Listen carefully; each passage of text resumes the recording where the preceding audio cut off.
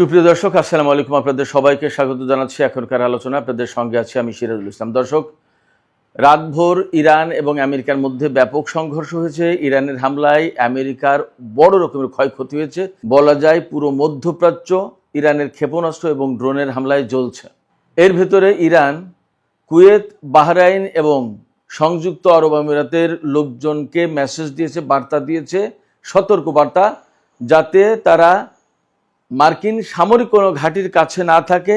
এমনকি যে সমস্ত জনবহুল এলাকায় আমেরিকার ক্ষেপণাস্ত্র প্রতিরক্ষা ব্যবস্থা বা হাইমার্স সিস্টেম, ক্ষেপণাস্ত্র ছোড়ার যে লঞ্চার, এগুলো মোতায়েন করা আছে, সেই সমস্ত জায়গা থেকে যেন নিরাপদ দূরত্ব বজায় রাখে লোকজনকে, কারণ ইরান সেখানে হামলা চালাবে। এদিকে চীনের প্রেসিডেন্ট শি জিনপিং সৌদি যুবরাজ মোহাম্মদ বিন সালমানকে উদ্দেশ্য করে একটি বার্তা দিয়েছেন।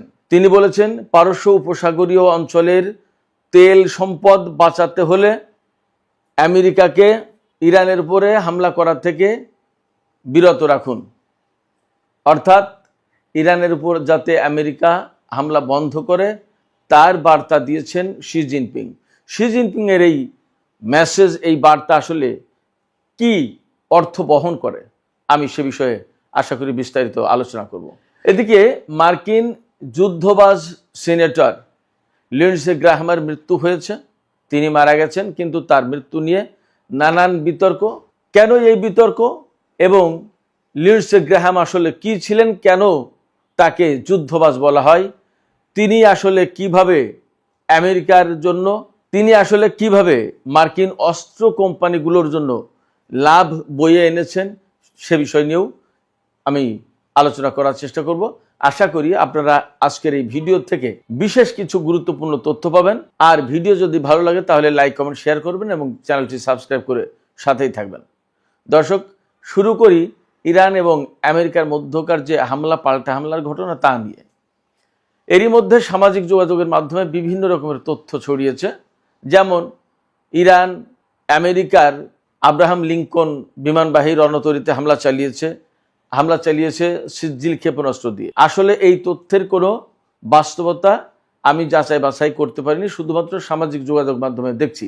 আরেকটা ভিডিও ছড়ানো হয়েছে, মার্কিন সবচেয়ে বড় যে বিমানবাহী রণতরী জেরাল্ড আর ফোর্ডে কিভাবে ইরান হামলা চালিয়েছিল এবং ইরানের হামলায় কিভাবে জাহাজটি জ্বলেছে, পুড়েছে এবং মারাত্মকভাবে ক্ষতিগ্রস্ত হয়ে ডকইয়ার্ডে স্থান নিয়েছে, সেই ভিডিও ছড়িয়ে পড়েছে। তবে বাস্তব যে ভিডিওগুলো বা বাস্তব যে তথ্য আমাদের কাছে আসছে, পাচ্ছি বা জানছি আমরা, সেটা হচ্ছে এই যে ইরান গত রাতে কুয়েতে ব্যাপক হামলা চালিয়েছে ক্ষেপণাস্ত্র দিয়ে এবং ড্রোন দিয়ে। ইরানের হামলায় কুয়েতে দুটো মার্কিন ঘাঁটি, আলী আল সালেম এয়ারবেস এবং শেখ আহমেদ আল জাবের বিমান ঘাঁটি, এই দুটো বিমান ঘাঁটিতে ব্যাপক ক্ষয়ক্ষতি হয়েছে। কোনো কোনো মাধ্যমে বলা হচ্ছে যে আমেরিকার একটা বিমান ঘাঁটি এখানে একদম সম্পূর্ণ ধ্বংস হয়ে গেছে। এই দুটো ঘাঁটিতে আমেরিকার হাইমার্স সিস্টেম, কেউ বলে হিমার্স, এই ক্ষেপণাস্ত্র ব্যবস্থা একদম ধ্বংস হয়েছে ইরানের ক্ষেপণাস্ত্র হামলায়। ইরান এইসব জায়গায় ব্যালিস্টিক ক্ষেপণাস্ত্র হামলা চালিয়েছে। তো এই হিমার্স ক্ষেপণাস্ত্র যে ব্যবস্থা, এ থেকে 6টা বা 12টা রকেট ছোড়া যায়, আর ক্ষেপণাস্ত্র হলে 2টো অথবা 4টা এরকম। এর আগে পেট্রো ডিফেন্স সিস্টেম ধ্বংস হয়েছে কুয়েতে। এরপরে আরও যা ধ্বংস হয়েছে তা হচ্ছে স্ট্র্যাটেজিক রাডার সিস্টেম এবং গোলা বারুদের গুদাম। এই গুদামে ক্ষেপণাস্ত্র ভর্তি ছিল, সেই গুদাম ধ্বংস হয়ে গেছে। এ সমস্ত অস্ত্র এবং প্রতিরক্ষার সরঞ্জাম আমেরিকার। বাহরাইনে P-8 ইলেকট্রনিক ওয়ারফেয়ার এয়ারক্রাফটের হ্যাঙ্গার ধ্বংস হয়েছে, তার মানে সেখানে এই বিমান ছিল। এছাড়া মার্কিন সামরিক ড্রোনের কমান্ড অ্যান্ড কন্ট্রোল সেন্টার একদম কমপ্লিটলি ধ্বংস করেছে। বাহরাইনের নেভাল সাপোর্ট যে বেজ, যেখান থেকে মার্কিন বাহিনীকে সাপোর্ট দেওয়া হয়, এই বেজে হামলা চালিয়েছে এবং সেখানে এত ভয়াবহ হামলা হয়েছে যে সর্বশেষ যে খবর যখন আমি পেলাম, আমি এই ভিডিও যখন করছি তার কিছুক্ষণ আগে, তখনও সেখানে জ্বলছে, ঘাঁটি জ্বলছে। এর ভিতরে নতুনত্ব যোগ হয়েছে, ইরান ওমানে হামলা চালিয়েছে, ওমানের মার্কিন ঘাঁটিতে। সেখানে কি হয়েছে, সেখানে FPS long range air surveillance radar system আছে। এই সিস্টেমের উপরে আঘাত এনেছে ইরান। আর ওমানে আরেকটি মেরিটাইম অর্থাৎ সমুদ্রে নজরদারি চালানোর জন্য রেডার সিস্টেম সেট করা আছে, তাতেও হামলা চালিয়েছে। এরপরে সংযুক্ত আরব আমিরাতের আল জাফরা এয়ারবেজ, সেখানে ব্যাপক হামলা চালিয়েছে ইরান, জ্বলছে। অ্যাট দ্য সেম টাইম জর্দানের প্রিন্স হাসান এয়ারবেজ, সেখানেও হামলা চালিয়েছে। সেখানে জ্বালানি ডিপো এবং অস্ত্র গুদাম ধ্বংস হয়েছে। এর আগে রোববার তো সেখানে বিমানের হ্যাঙ্গার এবং বিমান ধ্বংস হয়েছিল বলে বলা হচ্ছে। কুয়েতে যে অস্ত্র গুদাম ধ্বংস হয়েছে সেখানে ATACMS এই ক্ষেপণাস্ত্র ছিল এবং টমাহক ক্রুজ ক্ষেপণাস্ত্র ছিল। অনেক বড় ক্ষতি আমেরিকার জন্য এটা। ইরান এই সমস্ত হামলার জন্য যে সমস্ত ক্ষেপণাস্ত্র ব্যবহার করেছে, প্রধানত কদর, ইমাদ, খাইবার শেখান, ফতে 110 এবং জুলফিকার। কেউ কেউ বলছে বা কোনো কোনো মাধ্যমে খবর পাওয়া যাচ্ছে যে ইরান সেজিল ক্ষেপণাস্ত্র ব্যবহার করেছে। এর ভিতরে কোনোটা কিন্তু হাইপারসনিক ক্ষেপণাস্ত্র, আর সবই তো ব্যালিস্টিক ক্ষেপণাস্ত্র। ইরান গত রাতে যেভাবে হামলা চালিয়েছে, ইরানের উপরেও কিন্তু আমেরিকা ব্যাপক হামলা চালিয়েছে। ইরানের খুজেস্তান প্রদেশের একটি শিল্প অঞ্চলে ব্যাপক হামলা চালিয়েছে, বিমান হামলা বা ক্ষেপণাস্ত্র হামলা চালিয়েছে। এরপরে বন্দর আব্বাসে, সিরিক দ্বীপে, কেশম দ্বীপে, কিশ দ্বীপে, অর্থাৎ পারস্য উপসাগরের যে ইরানি উপকূলের যে এলাকা, এই পুরো উপকূল এলাকার জুড়ে প্লাস ভেতরেও ব্যাপক হামলা চালিয়েছে, অনেক বড় হামলা। এর জবাবে ইরান কার্যত ক্ষেপণাস্ত্র বৃষ্টি চালিয়েছে মধ্যপ্রাচ্যে মার্কিন ঘাঁটিগুলো লক্ষ্য করে। শুধু তাই না, ইরান এখানে যে সতর্ক বার্তা দিয়েছে কুয়েত, বাহরাইন এবং সংযুক্ত আরব আমিরাতে লোকজনকে, তাদেরকে বলেছে যে আপনারা সবাই মার্কিন ঘাঁটিগুলো থেকে নিরাপদ দূরত্বে থাকেন, তা নাহলে কিন্তু আপনারা মারা যাবেন, হামলা করবে ইরান। পাশাপাশি বিভিন্ন লোকালয়, এই সমস্ত দেশের বিভিন্ন লোকালয় যেখানে বেসামরিক লোকজন বসবাস করে, সেই জায়গায় হাইমার সিস্টেম, মানে ক্ষেপণাস্ত্র প্রতিরক্ষা ব্যবস্থা বা ক্ষেপণাস্ত্র ছোড়ার জন্য লঞ্চার সিস্টেম, এগুলো সব বসিয়েছে। সেই সব জায়গা তো ইরান ঠিকই খুঁজে খুঁজে বের করে হামলা চালাবে, তাহলে বেসামরিক লোকজনের ক্ষয়ক্ষতি হবে। বেসামরিক লোকজন যাতে হতাহতের শিকার না হয়, ইরান এই জন্য কুয়েত, বাহরাইন এবং সংযুক্ত আরব আমিরাতের লোকজনের প্রতি আহ্বান জানিয়েছে যে আপনারা মার্কিন ঘাঁটি এবং মার্কিন সামরিক অস্ত্র প্রতিরক্ষা ব্যবস্থা এই সমস্ত যেসব জায়গায় আছে, সেই সব জায়গা থেকে আপনারা নিরাপদ দূরত্বে থাকেন। তার মানে এই সমস্ত দেশে ব্যাপকভাবে হামলা চালাবে ইরান, তাতে আপাতত আর কোনো সন্দেহ নেই।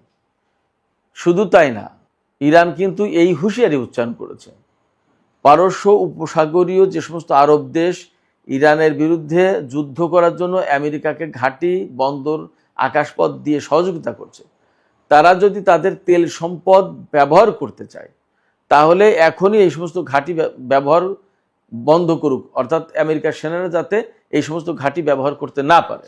একই কথা বলেছে চীনের প্রেসিডেন্ট শি জিনপিং সৌদি যুবরাজ মোহাম্মদ বিন সালমানকে।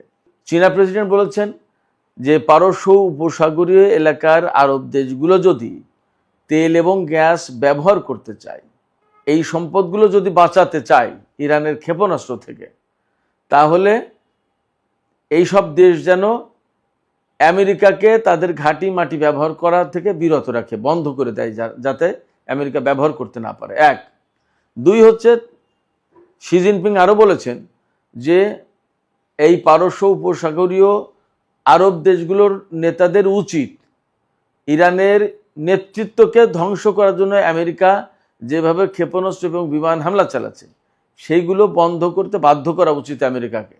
তার মানে এখানে চীনের পক্ষ থেকে কিন্তু আরব দেশগুলোকে একদম পরিষ্কার বার্তা দেওয়া হয়েছে। এই কথা মানে হচ্ছে যে তার মতামত বা তাদের পর্যবেক্ষণ বা তাদের সিদ্ধান্ত জানিয়ে দেয়া। এখন কি করবে সেগুলো সৌদি আরব বা পারস্য উপসাগরীয় আরব দেশগুলোর ব্যাপার, কিন্তু চীন যে এই বিষয়গুলোকে ভালো চোখে দেখছে না, এটা কিন্তু পরিষ্কার হয়ে গেছে শি জিনপিংয়ের এই বক্তব্য থেকে। এর মানেই হচ্ছে চীন কার্যত ইরানকেই সমর্থন করছে। তার মানে ইরানের উপর যে হামলা চালাচ্ছে আমেরিকা, সেই হামলাকে সমর্থন করলো না বা সেই হামলাকে পছন্দ করছে না, সেই হামলা বন্ধ হওয়া উচিত, তিনি সে বার্তাও দিলেন। ফলে এখানে একদম ক্লিয়ার, কোনো মতেই চীন এই যুদ্ধকে সাপোর্ট করছে না, আরব দেশগুলো যা করছে তাও পছন্দ করছেন না। তার মানে আরব দেশগুলোকে প্রেসিডেন্ট শি জিনপিং এই বার্তা দিলেন যে তারা যেন, অর্থাৎ আরব দেশগুলো যেন আমেরিকাকে সহযোগিতা না করে।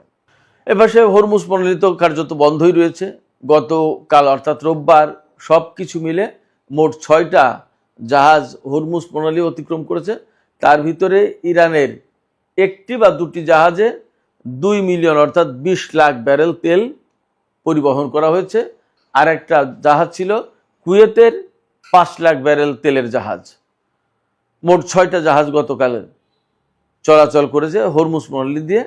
তবে আমেরিকা যে দাবি করছে যে হরমুজ প্রণালী খোলা আছে, না, খোলা নেই, পরিপূর্ণভাবে খোলা নেই। কিছু কিছু জাহাজ যেতে দিচ্ছে ইরান, যেগুলোকে তারা অনুমতি দিচ্ছে। যাই হোক সুপ্রিয় দর্শক, আলোচনার শেষ পর্যায়ে মার্কিন যুদ্ধবাজ সিনেটর, যাকে হকিস বলা হয়, এটা মশহুর, তিনি একদম ফেমাস এইভাবেই, হকিস সিনেটর লিন্ডসে গ্রাহামের মৃত্যুর যে বিতর্ক, মৃত্যু সম্পর্কে যে বিতর্ক উঠেছে সেই সম্পর্কে কিছু কথা বলি। বলা হচ্ছে তার স্বাভাবিক মৃত্যু হয়েছে, মানে আকস্মিক মৃত্যু হয়েছে, হঠাৎ করে হার্ট অ্যাটাক করে বা একটা কিছুতে হঠাৎ অসুস্থ হয়ে পড়ে মারা গেছে। কিন্তু বলা হচ্ছে তিনি তার আগে ইউক্রেনে ছিলেন এবং ইউক্রেনে একটা ড্রোন উৎপাদন কারখানা পরিদর্শন করেছেন। ইউক্রেনের প্রেসিডেন্ট ভলোদিমির জেলেনস্কির সাথে বৈঠক করেছেন। তিনি আমেরিকা থেকে পোল্যান্ড হয়ে ইউক্রেনে গেছেন, ইউক্রেন থেকে পোল্যান্ড হয়ে আবার আমেরিকা ফিরেছেন। যে সময়সীমা বলা হচ্ছে তাতে তিনি ইউক্রেন থেকে পোল্যান্ড হয়ে আমেরিকায় ফিরে যেতে পারেন না, এরকম একটা কথা, এরকম দাবি উঠেছে। তিনি মূলত রাশিয়ার ক্ষেপণাস্ত্র হামলায় মারা গেছে ইউক্রেনের ভেতরে, এই কথা গোপন করার জন্য তাকে তড়িঘড়ি করে বলা হচ্ছে যে তিনি তার নিজ বাসভবনে তিনি মারা গেছেন আকস্মিকভাবে অসুস্থ হয়ে পড়ে। যাই হোক, তিনি যেভাবে মারা যান না কেন, তিনি মারা গেছেন, এটা হচ্ছে বাস্তবতা। কিন্তু তিনি যুদ্ধবাজ হিসেবে খ্যাত কেন, কি করেছেন তিনি? একদম সহজ। তিনি 2003 সালে সিনেটর নির্বাচিত হয়েছেন সাউথ ক্যারোলাইনা থেকে সিনেটর নির্বাচিত হওয়ার পরে 2003 থেকে 2026 সাল পর্যন্ত তিনি 5 বার সিনেটর নির্বাচিত হয়েছেন। এবারও তিনি নির্বাচন করবেন বলে কথা ছিল। তো তিনি সবসময় আমেরিকার যুদ্ধের পক্ষে, অস্ত্র উৎপাদন বাড়ানোর পক্ষে, সামরিক বাজেট বাড়ানোর পক্ষে, বিভিন্ন দেশে দেশে যুদ্ধ, সামরিক আগ্রাসন বা সামরিক অভিযান যাই বলেন, এইগুলো চালানোর পক্ষে। যেমন এই যে ইরানের ব্যাপারে, ইরানের উপরে পারমাণবিক বোমা হামলা চালানো উচিত, ব্যাপকভাবে হামলা চালানো উচিত, একদম ইরানের নেতৃত্বকে, সরকারকে ধ্বংস করে দেওয়া উচিত, গাজাকে একদম ধ্বংস করে দেওয়া উচিত, সিরিয়ায় আমেরিকার হামলা চালানো উচিত, ইরাকে হামলা চালিয়েছে, আফগানিস্তানে, লিবিয়ায়, প্রত্যেকটা জায়গায় লিন্ডসে গ্রাহামের সমর্থন ছিল এবং তিনি সবসময় যুদ্ধের পক্ষে ওকালতি করে, সবসময় অস্ত্র উৎপাদন বাড়ানোর ব্যাপারে ওকালতি করে এবং সবসময় মার্কিন সামরিক বাজেট বাড়ানোর ব্যাপারে ওকালতি করে। কারণ কি, তিনি যতবার নির্বাচিত হয়েছেন প্রত্যেকবার মার্কিন যত অস্ত্র নির্মাতা কোম্পানি, এই যে বোয়িং বলেন, লকহিড মার্টিন বলেন, তারপরে আপনার নর্থরপ গ্রুম্যান, এরকম যত কোম্পানি আছে, প্রত্যেকটা কোম্পানি তাকে, কোম্পানির মানে কর্মকর্তারা লিন্ডসে গ্রাহামকে নির্বাচনের সময় তহবিল সরবরাহ করে, তহবিল দেয়, মানে অর্থ দেয়, ডলার দেয়, যাতে তিনি নির্বাচনে ব্যাপকভাবে পয়সা খরচ করতে পারেন এবং তিনি নির্বাচন করার পর থেকে আজ পর্যন্ত কখনো সম্ভবত হারেননি। কারণ কি, ব্যাপকভাবে তিনি টাকা খরচ করেন। আর তাতে এই অস্ত্র কোম্পানিগুলো তাকে কেন টাকা দেয়? তাকে টাকা দেয় মূলত এই কারণে যে তিনি তো অস্ত্র কোম্পানিগুলোর পক্ষে কথা বলেন, অস্ত্র উৎপাদনের কথা বলেন, বিভিন্ন দেশে দেশে যুদ্ধ, সামরিক অভিযান পরিচালনার কথা বলেন এবং সামরিক বাজেট বাড়ানোর কথা বলেন। এইগুলো যখন হয় তখন অস্ত্র কোম্পানিগুলো আলটিমেটলি লাভবান হয়, যার কারণে লিন্ডসে গ্রাহামকে তারা সবাই পছন্দ করে, তাকে টাকা দেয় এবং তিনিও ওই সমস্ত অস্ত্র কোম্পানির জন্য কথা বলেন, কাজ করেন। ফলে এই লিন্ডসে গ্রাহাম কিন্তু মার্কিন অস্ত্র কোম্পানির স্বার্থ দেখে গেছেন বলে আমরা পর্যবেক্ষণে বলতে পারি। বাট তার এই যুদ্ধবাজ নীতি, অস্ত্র উৎপাদন, মার্কিন সামরিক বাজেট বাড়ানো, দেশে দেশে যুদ্ধ চাপিয়ে দেওয়া, এই সমস্ত বক্তব্য, তার এই সমস্ত অবস্থান, এই নীতির কারণে বিশ্বের বহু দেশ ব্যাপকভাবে ক্ষতিগ্রস্ত হয়েছে, তাতে কোনো সন্দেহ নেই। এবং এই ক্ষতিগ্রস্ত হওয়ার কারণে দেশে দেশে বিশেষ করে মুসলিম জনপদগুলো ধ্বংস হয়েছে এবং লাখ লাখ মানুষ, বেসামরিক মানুষ মারা গেছে। এর দায়ভাগ লিন্ডসে গ্রাহামের উপর বর্তায়, এতেও কোনো সন্দেহ নেই। সুপ্রিয় দর্শক, এখনকার মতো আলোচনা শেষ করতে চাইছি। আলোচনা শেষের আগে আমি আপনাদের কাছে প্রশ্ন করি, এই যে লিন্ডসে গ্রাহাম বিশ্বের বিভিন্ন দেশে দেশে মার্কিন সামরিক অভিযানের জন্য তার যে ভূমিকা, সেই ভূমিকার কারণে তাকে কি আসলে দায়ী না করে পারা যায়? তিনি কি দায়ী নন? আপনাদের মতামত কি? আপনাদের মতামত কমেন্টে জানাতে পারেন। আর ভিডিও ভালো লাগলে লাইক, কমেন্ট, শেয়ার করবেন এবং চ্যানেলটি সাবস্ক্রাইব করে সাথেই থাকবেন। সুপ্রিয় দর্শক, পরিশেষে আরেকটি কথা বলি, আমরা নতুন করে আরেকটি চ্যানেল খুলেছি, ইউটিউব চ্যানেল, যেখানে বাংলাদেশ, ভারত, পাকিস্তান, চীন, মিয়ানমার অর্থাৎ আমাদের দক্ষিণ এবং দক্ষিণ পূর্ব এশিয়ার ভূ রাজনীতি থেকে শুরু করে অর্থনৈতিক, আঞ্চলিক, কৌশলগত নানা বিষয়ে আলোচনা হবে এবং ইনডেপথ আলোচনা হবে। চ্যানেলটির নাম দেওয়া হয়েছে টক উইথ সিরাজ ইনসাইট। আশা করি আপনারা এই চ্যানেলটিও দেখবেন এবং সবাই সাবস্ক্রাইব করে পাশেই থাকবেন। আমি যে কথা বলতে চাই সেই কথা কিন্তু এই চ্যানেলে মূলত মধ্যপ্রাচ্য এবং ওই অঞ্চলের কথাগুলোই বেশি আসে।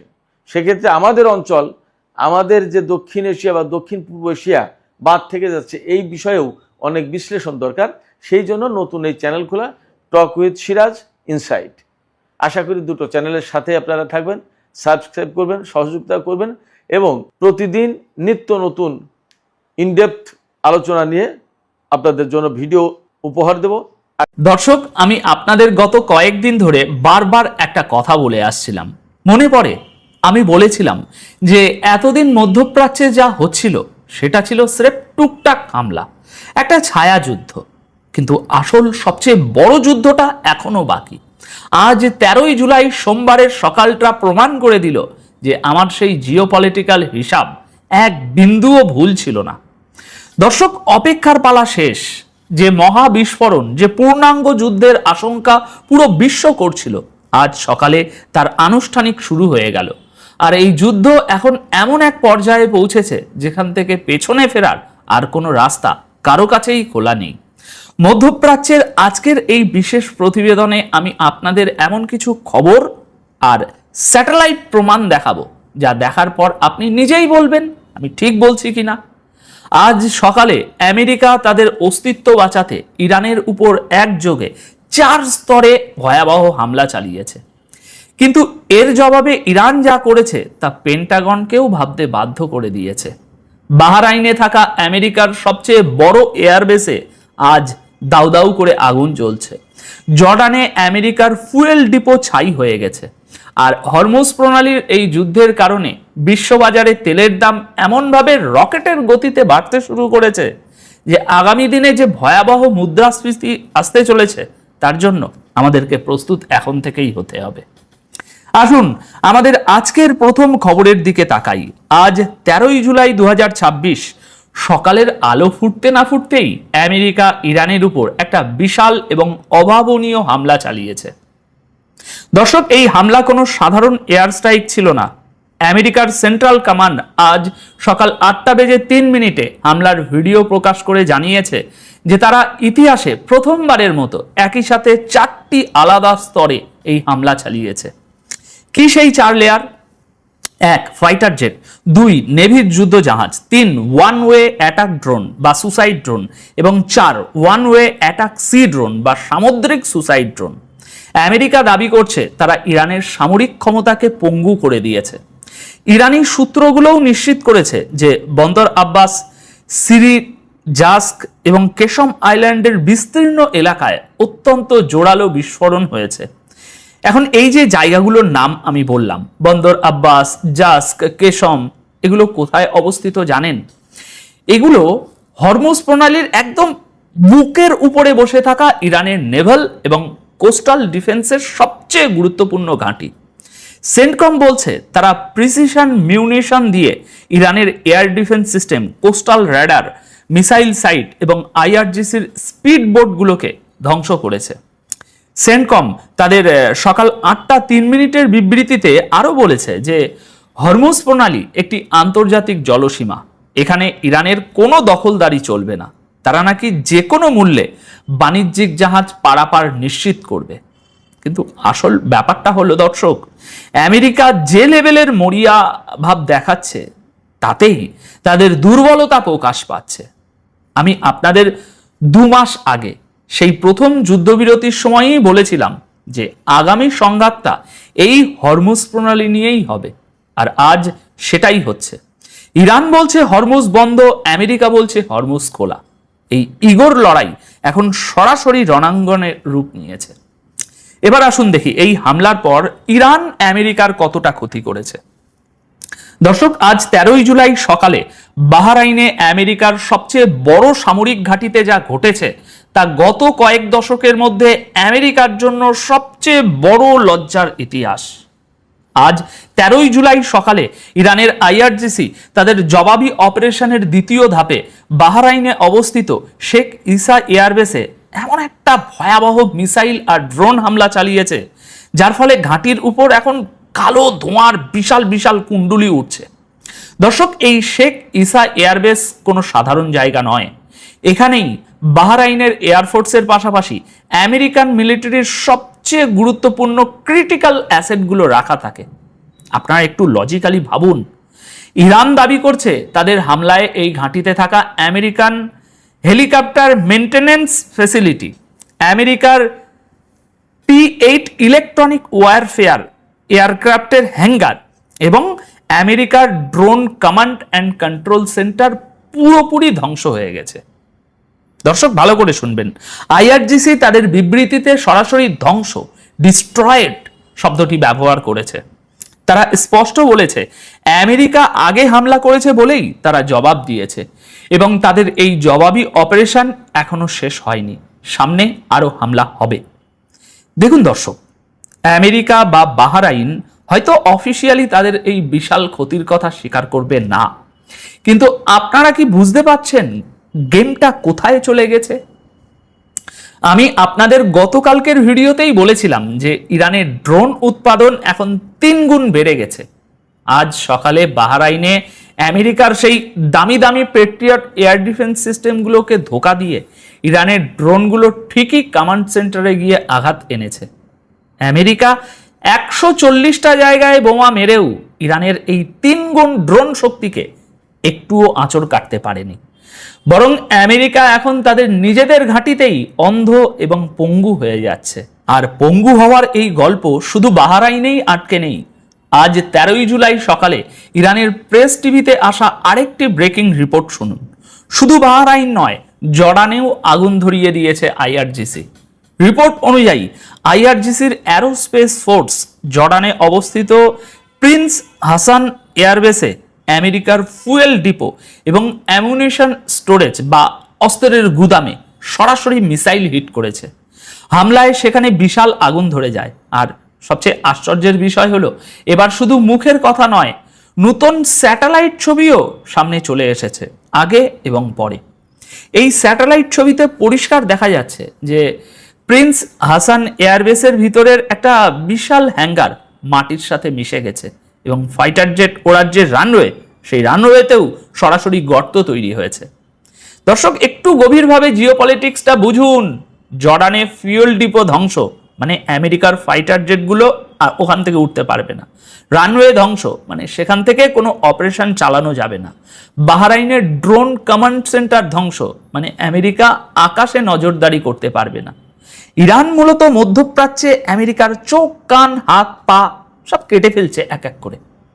তারা আমেরিকার লজিস্টিক নেটওয়ার্ককে এমনভাবে প্যারালাইজড করে দিচ্ছে যে আমেরিকা চাইলেও আর বড় কোনো যুদ্ধে দীর্ঘ সময় চালিয়ে যেতে পারবে না।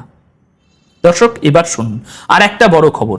আজ 13ই জুলাই সকালে যখন এদিকে বোমাবাজি চলছে, ঠিক তখনই আন্তর্জাতিক তেলের বাজার খুলতেই এমন এক ভূমিকম্প তৈরি হয়েছে যা পুরো বিশ্বের অর্থনীতিকে নাড়িয়ে দিয়েছে। রিপোর্ট অনুযায়ী আজ বাজার খুলতেই এক ঝটকায় ব্র্যান্ড ক্রুড অয়েলের দাম প্রায় 3.5% বেশি বেড়ে গেছে। সেপ্টেম্বর 2026-এর ডেলিভারি হওয়ার কথা যে তেলের, সেই তেলের দাম এখন $78.86 পৌঁছে গেছে। মাথায় রাখবেন, তেলের চুক্তি এবং দাম কিন্তু অনেক আগেই ফিক্স হয়ে যায়। আর এই মুহূর্তে তেলের দাম বাড়ার একমাত্র কারণ হলো আমেরিকার বোমাবাজি এবং ইরানের হরমুজ প্রণালী বন্ধ রাখার সিদ্ধান্তে অনড় থাকা।